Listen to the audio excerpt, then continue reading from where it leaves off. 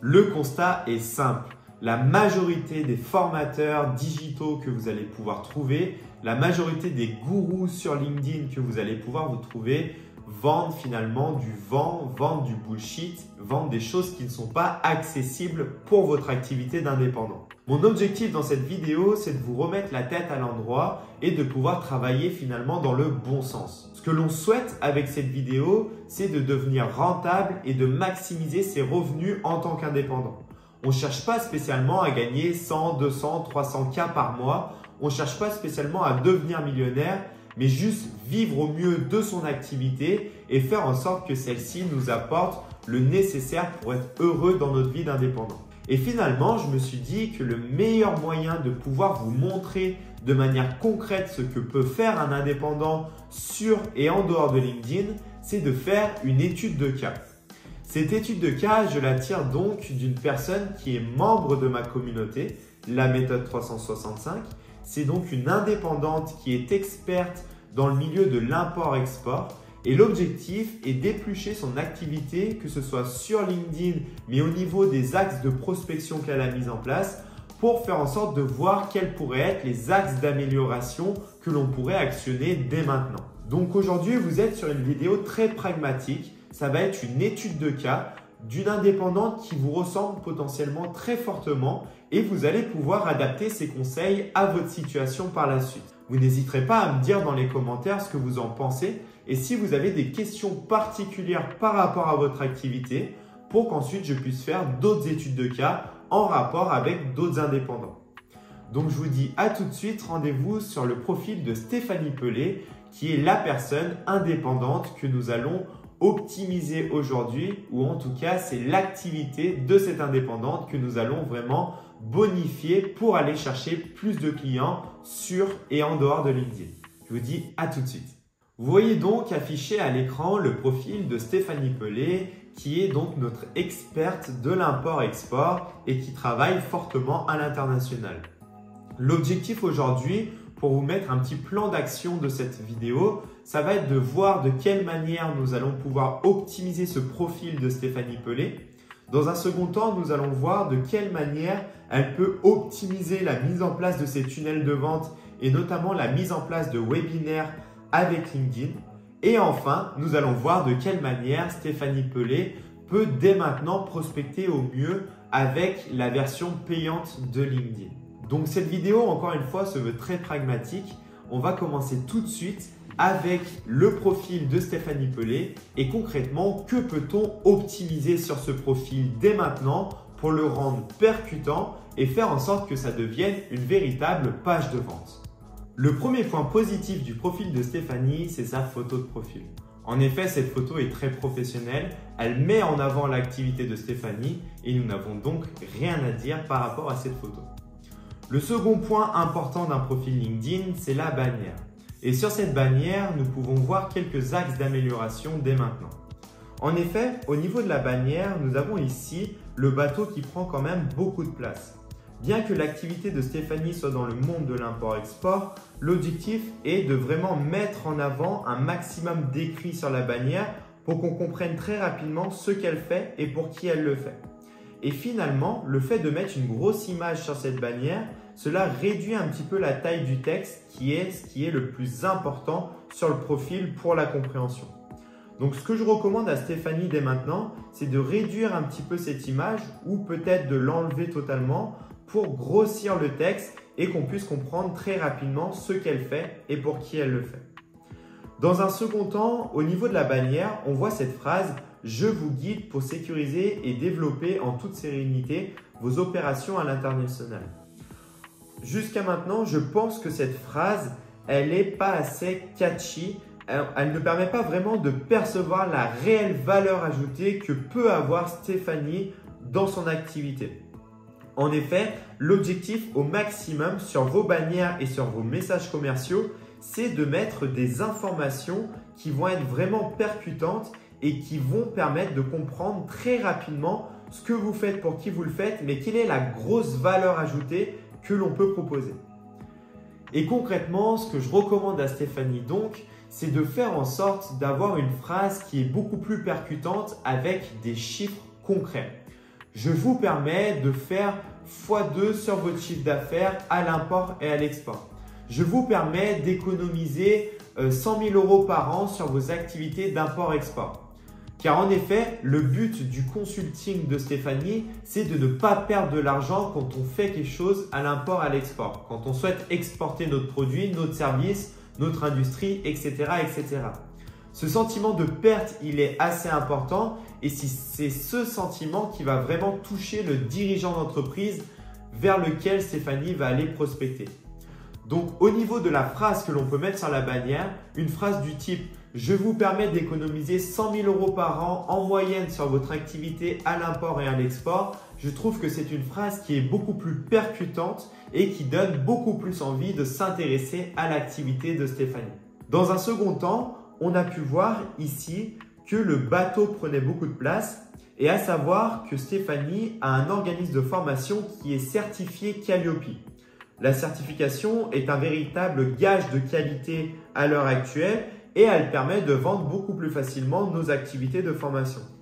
Donc, ce que je peux recommander pour valoriser vraiment l'activité de Stéphanie, c'est d'enlever ce bateau ici et potentiellement de mettre le logo Calliope pour montrer que cet organisme de formation est certifié et que ce qu'elle propose est vraiment de qualité. Cela va permettre vraiment, en un coup d'œil sur le profil de Stéphanie, de comprendre ce qu'elle fait, pour qui elle le fait et surtout que ce processus est qualifié et certifié et ça permet vraiment d'attester de la qualité de tout ce qu'elle peut proposer par la suite. En exemple de phrase catchy et beaucoup plus vendeuse, on peut voir par exemple ici sur le profil d'Alexis Gollard qui est un expert Google Ads, la phrase suivante « 77 000 € de budget rentabilisé par mois ». Concrètement, cette phrase permet de mettre du concret dans l'activité d'Alexis et permet à ses prospects ou ses clients de pouvoir véritablement mieux se projeter. Plus vous allez mettre de chiffres dans vos phrases, plus ça va fonctionner pour vous. Donc, je vous recommande au maximum d'intégrer tout ça dans votre stratégie sur LinkedIn pour mettre des phrases qui permettent vraiment de se projeter et de pouvoir imaginer ce que l'expert en face de nous est capable de proposer. Un dernier point que l'on peut optimiser sur la bannière de Stéphanie, c'est les coordonnées. En effet, elle nous recommande d'aller chercher les coordonnées dans la bio et quand on se rend sur l'espace coordonnées de sa bio, eh bien, ça demande un effort supplémentaire à la cible. Donc, le but final de cette bannière, c'est que tout soit centralisé au maximum sur celle-ci. C'est pour cette raison que je recommande à Stéphanie de pouvoir mettre directement son adresse mail ou son contact sur sa bannière pour que cela demande le moins de charge mentale possible à une potentielle cible qui se rend sur son profil. Un autre point positif sur le profil de Stéphanie, c'est son titre. En effet, elle a bien compris qu'il faut mettre un petit emoji sur ce titre-là car cela permet vraiment de pouvoir caractériser un petit peu son profil et créer un élément qui va être reconnaissable parmi tant d'autres. Le second point positif, on comprend bien qu'elle travaille à l'import-export, qu'elle est experte dans ce domaine. L'axe d'amélioration que l'on peut ajouter sur le titre de Stéphanie à l'heure actuelle, c'est encore une fois rendre la seconde phrase que vous voyez à l'écran un peu plus catchy avec des chiffres vraiment concrets et dans un second temps, ajouter la mention de sa cible. En effet, Stéphanie s'adresse à l'heure actuelle aux TPE et PME et l'objectif c'est d'intégrer cette mention-là directement dans le titre pour que les personnes qui se rendent sur son profil puissent vraiment s'imprégner de son expertise et savoir si c'est fait pour eux ou pas. Même si vous avez plusieurs cibles à l'heure actuelle, l'objectif c'est d'en déterminer une au maximum que vous allez vraiment mettre en avant sur votre profil pour capter un maximum de personnes dans cette niche-là. Stéphanie a ajouté le mode créateur, a activé ce mode créateur et ça c'est une très bonne chose pour son profil car ça va permettre de pouvoir mettre en avant son expertise. Cette expertise peut être mise en avant directement au niveau des sujets de prédilection que vous pouvez voir à l'écran tout de suite. Mais en revanche, Stéphanie à l'heure actuelle a ajouté un petit hashtag en trop sur ses sujets de prédilection. Donc je lui recommande d'en enlever un. Pour cela, il suffit de se rendre sur le mode créateur et de pouvoir enlever l'hashtag supplémentaire. Cette parenthèse faite, ce mode créateur, c'est vraiment très puissant sur LinkedIn. Ça permet de mettre en avant votre activité et votre expertise et vous pouvez également ajouter un lien cliquable sur votre profil LinkedIn grâce à ce mode créateur. En effet, vous pouvez le voir à l'écran avec le profil ici d'Alexis Gollard qui a ajouté un lien pour pouvoir prendre un rendez-vous chez lui. Et bien finalement, l'objectif c'est de pouvoir aussi ajouter ce lien-là sur le profil de Stéphanie.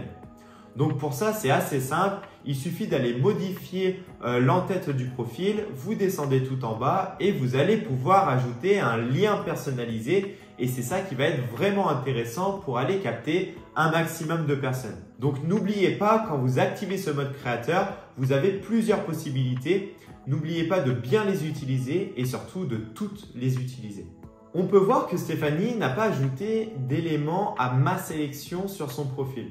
En effet, il y a un espace sur LinkedIn qui se nomme Ma sélection que vous pouvez mettre en place sur votre profil pour mettre en avant des liens, des posts qui ont bien fonctionné, des photos, des médias, etc., etc.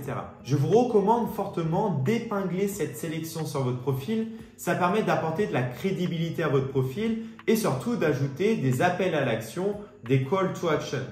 Vous pouvez mettre par exemple en avant le lien de votre site internet, le lien de votre calendrier, le lien de quelque chose qui va construire votre tunnel de vente.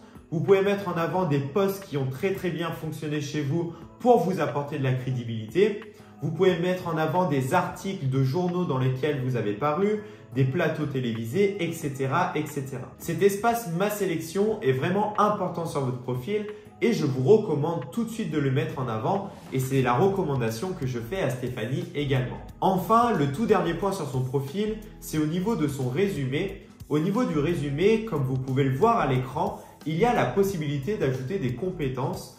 N'oubliez pas d'ajouter ces compétences-là sur votre résumé. Le but de LinkedIn, c'est de remplir au maximum votre profil avec des mots-clés qui correspondent à votre activité. Plus vous allez avoir des mots-clés qui correspondent à votre activité, plus cela va permettre de vous référencer dans LinkedIn, dans le moteur de recherche LinkedIn et faire en sorte que votre profil ressorte quand quelqu'un recherche une personne comme vous. Donc n'oubliez pas d'ajouter sur votre résumé les compétences clés relatives à votre activité. Ça va permettre de mettre en avant votre profil et d'avoir beaucoup plus de visibilité. Nous venons donc de faire un tour sur le profil de Stéphanie pour repérer les quelques points que l'on peut commencer à améliorer dans un premier temps. Concrètement, on est sur de l'optimisation car le profil de Stéphanie est déjà quand même assez bon à l'heure actuelle. En tout cas, il n'est pas vide. Et ça, c'est l'essentiel, quoi qu'il arrive, tant que vous ayez une photo, une bannière, un titre bien optimisé et déjà un résumé, c'est déjà très bien sur LinkedIn. Pas besoin d'aller dans la suroptimisation, changer tout le temps des choses, etc., etc. Mais en revanche, il y a des petits détails qui font la différence et plus vous allez construire ce profil LinkedIn comme une page de vente, plus vous allez performer sur ce réseau. Nous allons maintenant entrer dans la deuxième partie de cette vidéo qui est la mise en place d'un webinaire pour créer un tunnel de vente avec LinkedIn.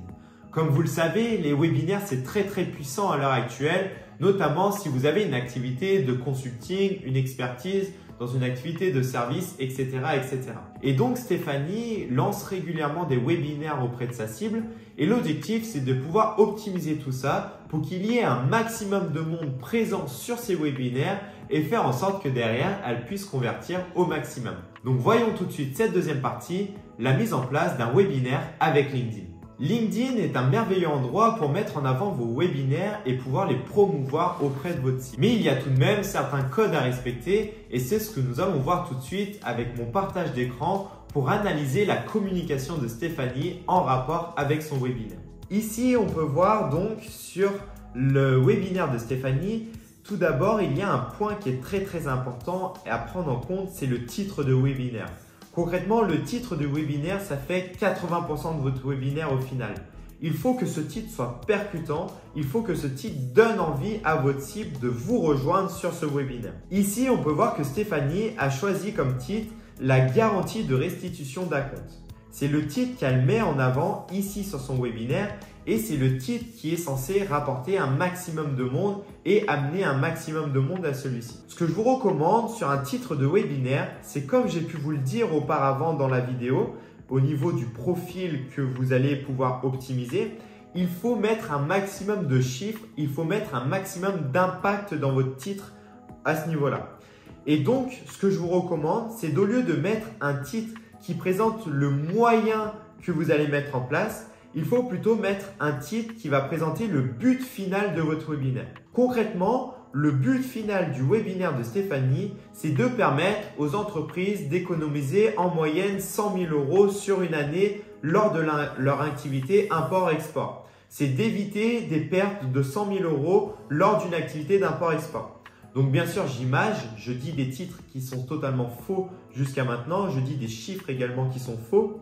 Mais tout ça pour vous montrer que Stéphanie aurait meilleur compte dans la mise en place de son webinaire de mettre des chiffres concrets, notamment dans son titre. C'est ça qui va permettre de pouvoir capter un maximum de personnes et c'est ça qui va permettre de pouvoir vraiment se projeter quant au webinaire qui va être cité. Et finalement, la garantie de restitution d'acompte ici, c'est juste le moyen, c'est juste qu'elle va citer lors de son webinaire. Mais le but final de son webinaire, c'est d'éviter les pertes pour les gérants d'entreprise qui font de l'import-export. Et c'est ça qu'il faut vraiment mettre en avant. Il faut jouer au maximum sur cet aspect émotionnel. On va prendre un autre exemple. Admettons, demain, je souhaite mettre en place un webinaire pour vous apprendre à utiliser LinkedIn. Si je fais un titre du type « Vous allez connaître les bases de LinkedIn, rendez-vous pour connaître les bases de LinkedIn », concrètement, on se dit « Ok, ça c'est le moyen, il va nous dire ce qu'est les bases de LinkedIn ». L'objectif du titre de mon webinaire serait plutôt de mettre « Comment générer 5 rendez-vous qualifiés par semaine avec LinkedIn ». Comment multiplier par 2 vos prospects avec LinkedIn, etc., etc. Là, bien que je vais présenter lors de ce webinaire les bases de LinkedIn, ce n'est pas ça que je mets en avant dans mon titre, mais c'est véritablement le chiffre concret de ce que ça va vous apporter au final. Il faut que vous soyez capable de vous projeter. Ah oui, avec ce webinaire, je vais avoir 5 prospects en plus. Avec ce webinaire, je vais faire x2. Et ce sont ces chiffres que vous allez retenir par la suite. Eh bien, pour Stéphanie, c'est exactement pareil. Au lieu de parler de la garantie de restitution d'acompte, il faut plutôt être capable de parler du chiffre concret que ça va apporter, de la perte concrète que l'on va éviter grâce à ce webinaire. Et c'est de cette manière-là qu'elle va réussir à capter beaucoup plus de monde. Quand vous lancez un webinaire sur LinkedIn, je vous recommande de commencer la communication par rapport à celui-ci 1 mois, voire 3 semaines à l'avance. Concrètement, ne commencez pas une communication en rapport avec un webinaire seulement 1 semaine avant celui-ci, car vous risquez d'avoir trop peu de monde sur LinkedIn. Le second point, sur LinkedIn, vous avez la possibilité de lancer des LinkedIn Live. En effet, vous avez la possibilité de faire votre webinaire en live directement sur LinkedIn. Et je vous recommande fortement de faire cela, car ça va permettre qu'il y ait un maximum de monde qui puisse rejoindre votre live en direct et faire en sorte de vous apporter une visibilité qui va être beaucoup plus complète. Une fois que vous allez lancer votre LinkedIn Live, vous aurez la possibilité sur LinkedIn de créer un événement sur lequel les personnes vont pouvoir mettre « je participe, je participe, je participe ».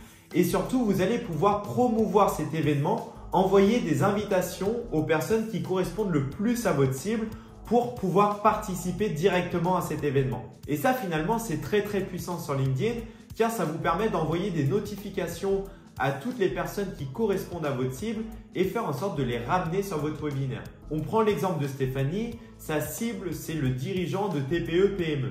Elle va pouvoir aller capter tous les dirigeants de TPE-PME qui sont dans son réseau et leur envoyer des invitations à cet événement pour qu'ils puissent participer en direct, en live sur son live LinkedIn qu'elle va lancer par la suite. Donc ça, c'est vraiment un point important. Premièrement, bien commencer la com 3 semaines, voire 1 mois à l'avance. Et deuxièmement, au maximum, au lieu de faire des webinaires externes à LinkedIn, si votre cible est sur ce réseau, faites en sorte de faire plutôt un LinkedIn Live. Et le but du LinkedIn Live, même s'il n'y a que 2 personnes qui se connectent à votre LinkedIn Live, c'est pas grave car cela va créer un élément de communication que vous allez pouvoir réutiliser par la suite. Donc ça, c'est un point vraiment très important. Au lieu de construire vos webinaires en dehors de la plateforme de LinkedIn, faites-les directement sur LinkedIn en LinkedIn Live et c'est ça qui va vous permettre vraiment de vous apporter un maximum de visibilité. Et enfin, comme j'ai dit, si votre webinaire, il n'y a que 2 personnes qui se joignent à vous, ce n'est pas grave. Faites-le quand même. Gardez ces éléments de communication par la suite pour en faire des vidéos courtes que vous allez pouvoir mettre en avant sur LinkedIn ou sur d'autres réseaux ensuite. Donc, ce n'est pas grave, prenez ce temps que vous avez fixé, quoi qu'il arrive, allez au bout du processus pour créer des éléments de communication au pire des cas. Le but concret d'un webinaire, c'est de récupérer des contacts, des adresses mail et surtout de pouvoir citer votre call to action, votre appel à l'action à la fin de ce webinaire. C'est pour ça que les webinaires sont vraiment très puissants et je vous les recommande fortement pour créer un tunnel de vente. En effet, imaginez demain, vous êtes sur LinkedIn, vous avez une activité sur LinkedIn, votre appel à l'action principal, c'est venez sur mon webinaire et c'est au moment du webinaire que vous allez vendre votre produit ou votre service. Et c'est ça que je recommande finalement fortement à Stéphanie, c'est de créer ce tunnel de vente avec LinkedIn pour mettre en avant ces webinaires. Mais ne soyez pas dans l'utopie. On va dire que la mise en place d'un webinaire, vos premiers webinaires, il y a très peu de monde qui vont participer à ceci.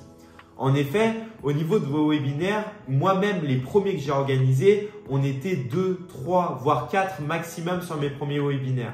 C'est très complexe de pouvoir driver du monde et c'est pour cette raison que je vous recommande d'avoir de la répétition quant à la mise en place de vos webinaires. Concrètement, vous organisez un premier webinaire à un instant T, 15 jours après, vous en organisez un deuxième, 15 jours après un troisième, etc., etc.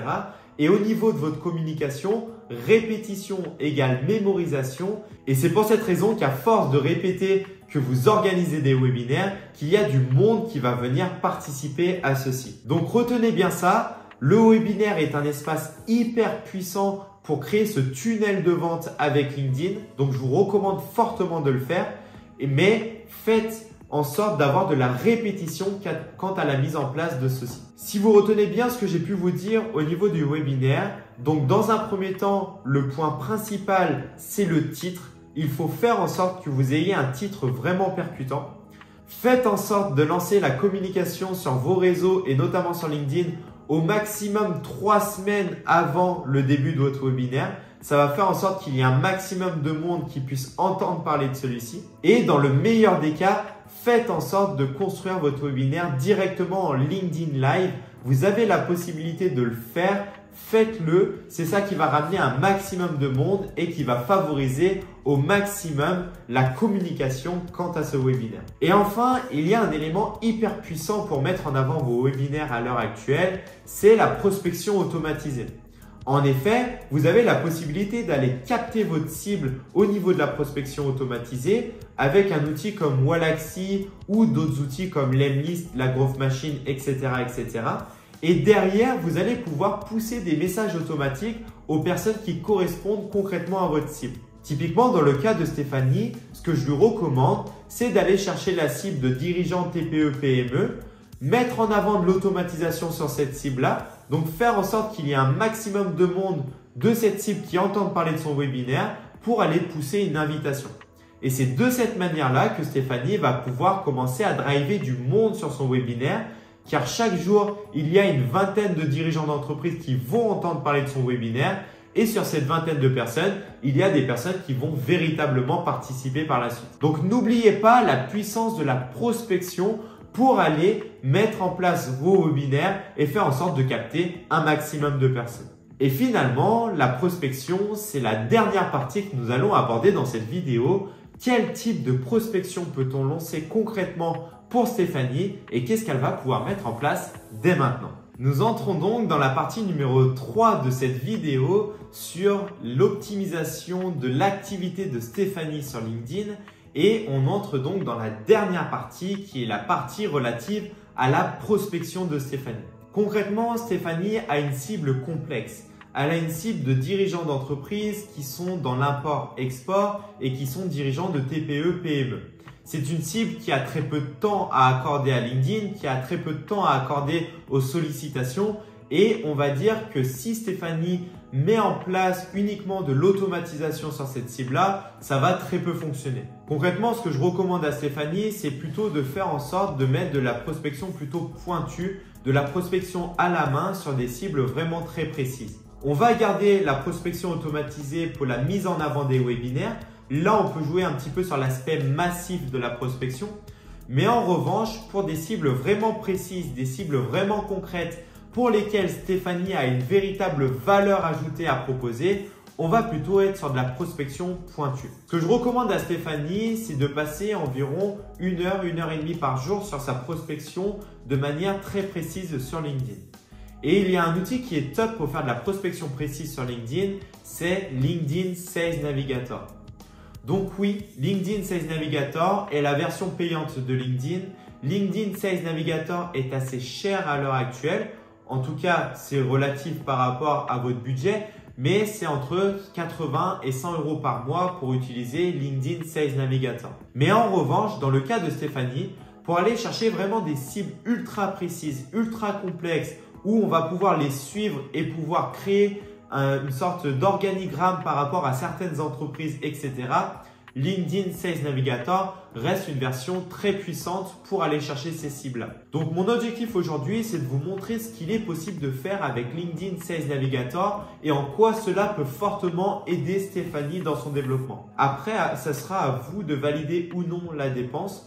De mon côté, je dépense chaque année LinkedIn Sales Navigator. C'est un investissement de mon côté et c'est non une dépense qui me permet d'aller capter des profils ultra précis. Donc bien sûr, il y a d'autres outils, il y a des experts qui vont vous dire que LinkedIn Sales Navigator n'est pas spécialement la meilleure version, le meilleur investissement possible, mais je tiens à vous montrer tout de même aujourd'hui la puissance qu'il peut avoir derrière cet outil et notamment que LinkedIn à l'heure actuelle est dans une phase où ils sont dans la restriction au maximum des versions gratuites de LinkedIn et ils font en sorte que vous preniez au maximum un abonnement payant. Donc, je vous partage tout de suite mon écran pour vous montrer ce qu'on peut faire avec LinkedIn Sales Navigator dans le cas de la cible de Stéphanie.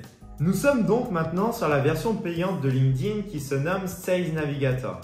Et on va voir pour le cas de Stéphanie comment vraiment utiliser Sales Navigator et quelle est la puissance de cette version payante pour son cas. Donc concrètement avec Sales Navigator, déjà le premier avantage c'est d'avoir beaucoup de filtres. On a beaucoup plus de filtres que sur la version payante de LinkedIn. Et typiquement dans le cas de Stéphanie, ce que l'on recherche nous, ce sont des entreprises qui font de l'import-export.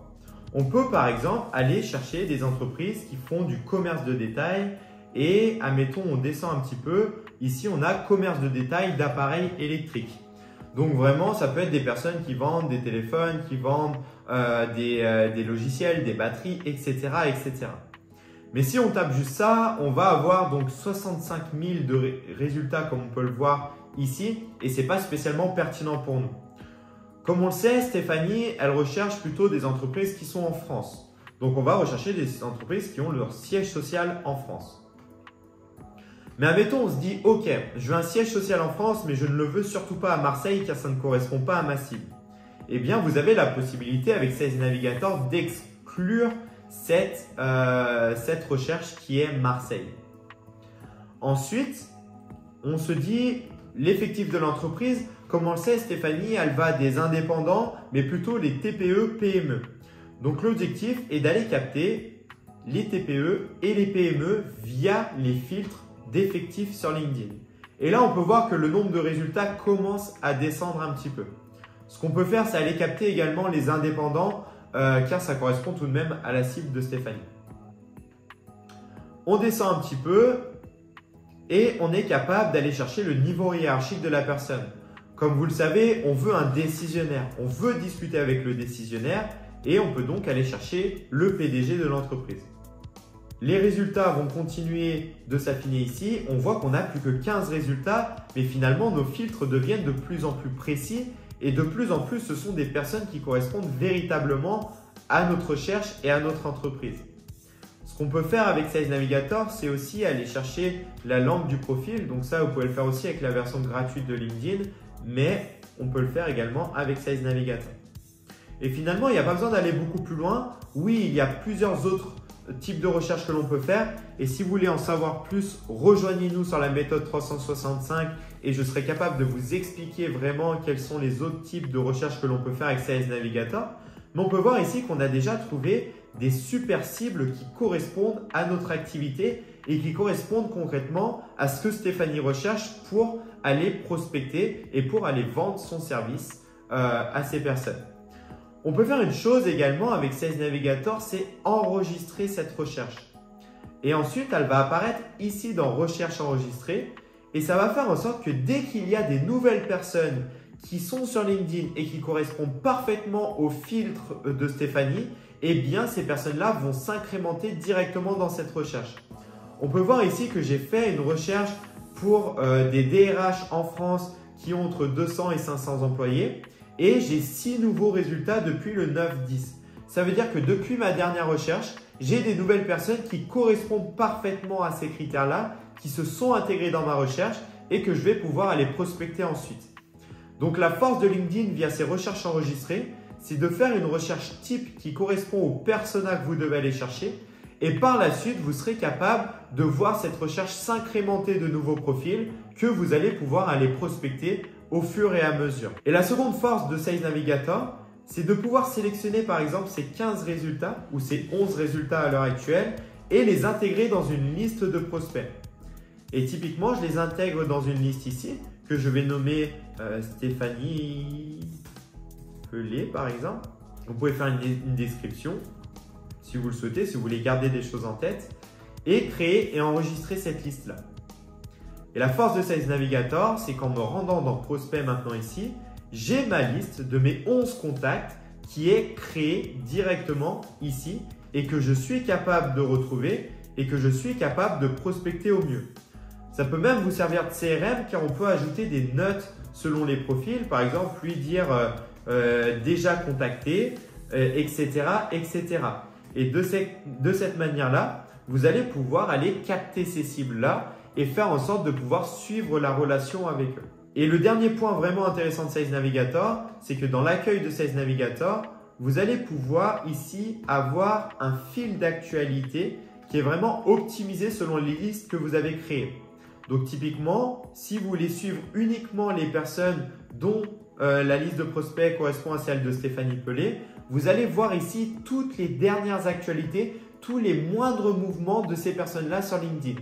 Donc les 11 personnes que l'on a mis dans cette liste, et bien concrètement, dès qu'ils vont mettre un j'aime sur LinkedIn, dès qu'ils vont changer d'activité, dès qu'ils vont partager une information, etc., etc., vous allez voir ici l'actualité apparaître.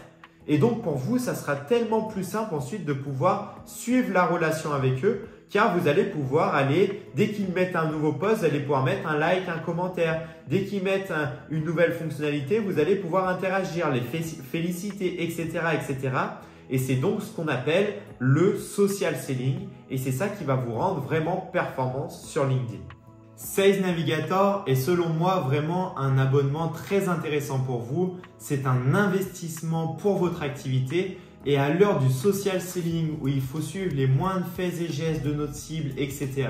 Et notamment pour une cible comme celle de Stéphanie qui est assez complexe à aller chercher de manière autre, eh bien Sales Navigator peut être vraiment rentable pour elle. L'objectif, c'était de vous montrer que Sales Navigator existe, ce qu'est vraiment Sales Navigator et ce qu'il est possible de faire avec cette version payante de LinkedIn. Maintenant, si vous souhaitez en savoir plus, n'hésitez pas à me mettre un commentaire et je pourrai faire d'autres vidéos sur ce sujet-là. Voilà, nous arrivons sur la fin de cette première étude de cas avec le profil de Stéphanie Pelé. Mon objectif avec cette étude de cas, c'est de vous montrer de manière générale ce qu'il est possible de faire pour un indépendant sur LinkedIn. C'est un format que je vais potentiellement répéter avec d'autres profils dans d'autres secteurs pour vous montrer toujours plus de bonnes pratiques à ce niveau-là. Concrètement, mon objectif, c'est de permettre aux indépendants d'être rentables. Et LinkedIn est un super endroit pour aller chercher des clients. Je suis le fondateur de la méthode 365. L'objectif de la méthode 365, vous permettre de générer 5 à 7 rendez-vous qualifiés par semaine avec LinkedIn et de mettre en place les bonnes pratiques pour créer cet écosystème qui est vraiment performant. Je m'appelle Romain Cessillon. Si vous avez aimé la vidéo, n'hésitez pas à mettre un j'aime, n'hésitez pas à mettre un commentaire et n'hésitez pas à me dire aussi ce que je pourrais améliorer sur celle-ci pour faire une meilleure étude de cas la prochaine fois et vous donner un maximum de valeur ajoutée. Je vous dis à très vite et je vous remercie.